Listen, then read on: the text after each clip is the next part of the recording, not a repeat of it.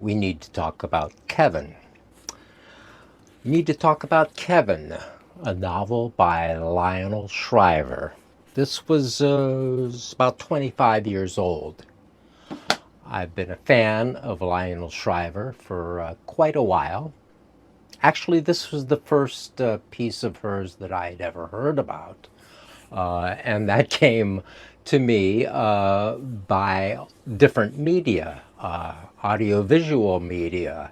Actually, it was a radio adaptation by BBC Radio 4. At the time, I was listening to a lot of audio plays, radio plays, which they still make in Great Britain, in England, in the BBC. So I liked listening to those, and they had, I think it was a week or 2 weeks of like 15-minute each day parts of an adaptation, audio adaptation of We Need to Talk About Kevin by Lionel Shriver. And I listened to that, so that was my first introduction to this novel. And Lionel Shriver.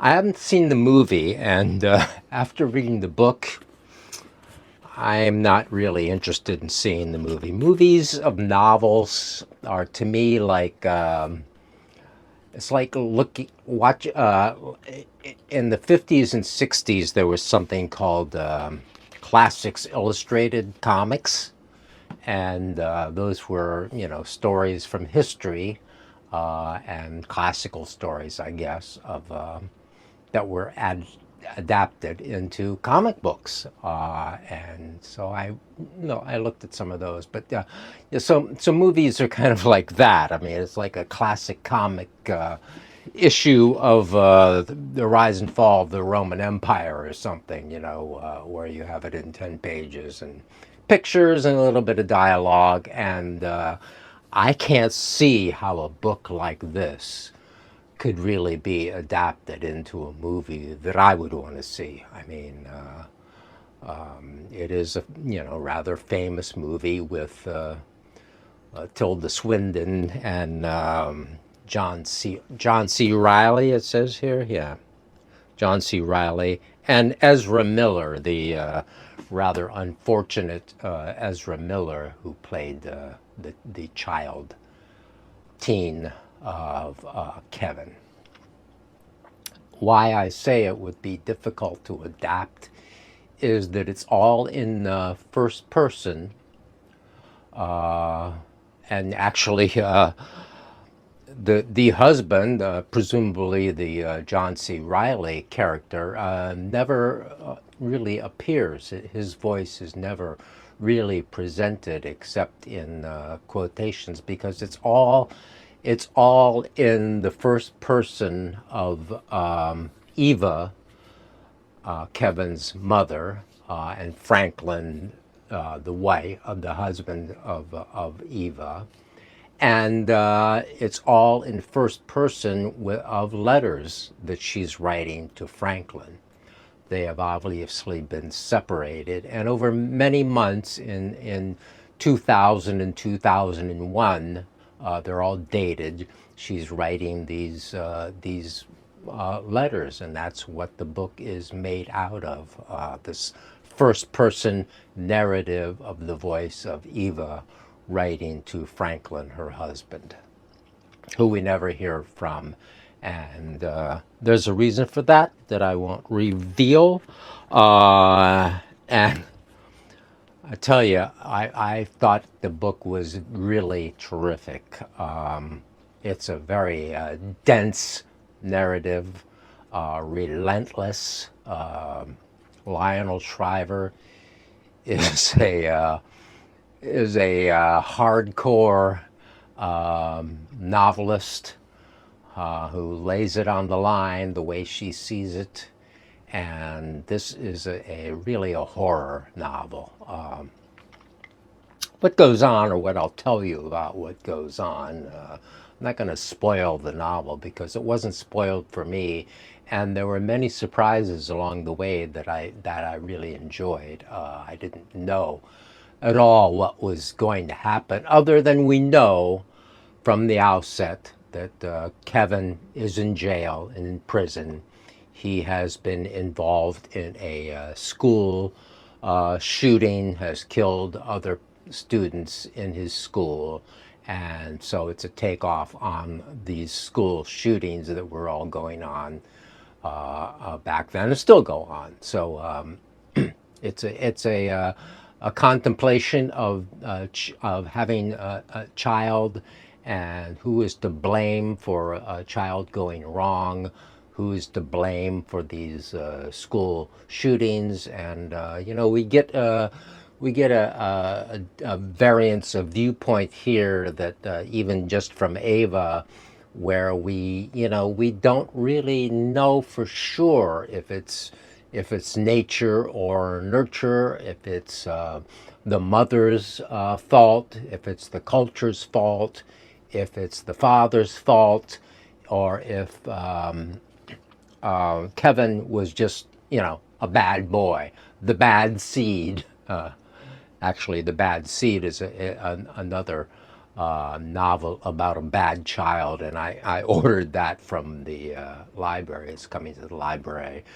And that's a 1955 novel about a girl child who is murderous, I believe, and made into a famous movie in 1955 and adapted a couple other times after that. So I'll be reading that soon. I've heard it's quite a good read as well. But this is, as I said, it's relentless, it's dense. The type is not that big. It's 400 pages. It's a powerful novel, and it's an indictment about our way of living in many, many ways, and what our values are, what we cherish, what the media presents for us, what we feel about it. And Lionel Shriver is just great. I love reading her books. This one is not as much fun as some of the others. I've talked about some of her other books here on my channel. Probably the most favorite and more fun for me was Should We Stay or Should We Go, which is about a couple in England who work for the National Health Service, who at age 30 have made a pact. I mean, at age 50, whatever, have made a pact that when they reach 80, they are going to off themselves, and so they don't have to deal with the misery of old age, like the character's father has really bad Alzheimer's and hates everybody, and all these kind of things that can go on in the elder years. And I have these kind of fears myself, and so that novel really worked for me. It has a lot of comic turns to it. Many alternative routes that it could go once they reach 80, and we're presented with various of those. But this is set in the United States. It's set near New York here. It's set in Nyack, which is kind of suburban Rockland County, just north of New York. They start out they're a couple in Tribeca in New York City here, in Manhattan. And she is a publisher. Ava is a publisher of a very successful tour guide series of books it's called Wing and a Prayer is what her series of books is called, about tourism on the cheap in various other countries. And Ava is someone who likes to travel and goes traveling quite a bit, and comes back. Her husband, Franklin, is a location scout. So he works for, the movie business, actually advertising mostly. And what a location scout does is go around and choose locations for settings for ads, for picture ads, and for commercials, and finds the setting that presents to the ad agency and the production company making the commercial. So that's what the two of them do, and they have a happy marriage in the beginning. As I said in Tribeca, she goes off and comes back from her trips. But at age 37, she finally has a child, which is Kevin. And right off the bat, she's kind of ambivalent about the whole thing to begin with. So she has Kevin, and Kevin is brought to her to nurse. Her breasts are ready for the nursing, and he won't have it. He turns away. And he ends up being bottle fed because he will not take her milk. He will not take her milk, even if it's pumped. So there is this real issue between Kevin and her, and that continues throughout the book, where she just never really is able to connect with Kevin, and I guess conversely, he's never really able to connect with his mother. So he does connect with Franklin, the father, in a certain sort of way, because Franklin comes off as all yay buddy and all these kind of things, and very much bro buddy kind of father and son stuff, and it seems that Kevin kind of just sort of goes along with this, but with a certain level of cynicism all along and all the way through. So all through his early childhood, there are certain incidents where Kevin is just Kevin, comes up as kind of a bad seed, and is doing things that are destructive to his family and to his other kids at school. He cannot keep a babysitter. The babysitters will come and ultimately leave and say, no, we're not having this. So Kevin is a real problem, but a very bright child. He does well in school. He does well in school all through, and we take him, of course, up into high school. And I won't tell you what else goes on with the family, but to say that I found this novel not an easy read. It's all quite miserable in many ways. And I don't have any children.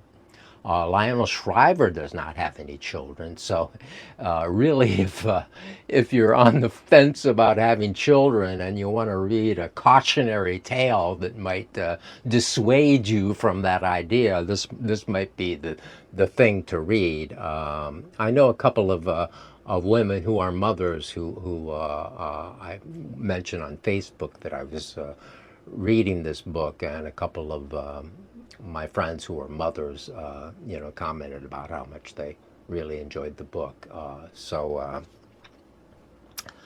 I highly recommend We Need to Talk About Heaven.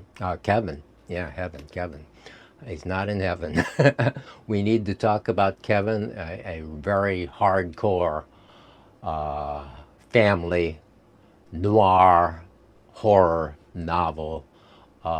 Just built so much around our times, around the American experience. Lionel Shriver is an expat. Lionel Shriver has not really lived. Well, she has a place in Brooklyn, apparently, so she does some time in Brooklyn, but otherwise she's been living in England for several years, and I think recently moved to Portugal. I follow her on some of the other things she does, journalist writing, and she'll she'll do some interviews, and I watch those sometimes. So yeah, I'm quite a fan of Lionel Shriver. She's a little more conservative than I am on certain issues, but you know, on a lot of things, I'm right there with her, and I just think she's one of our brightest novelists that I'm aware of, as if I'm aware of all the current novelists, which I'm not, but somehow I picked up on Lionel Shriver, and I really enjoy her work, and I really enjoyed this novel, and maybe you will too. So thank you for watching. Like and subscribe if you want, and we'll talk to you the next time.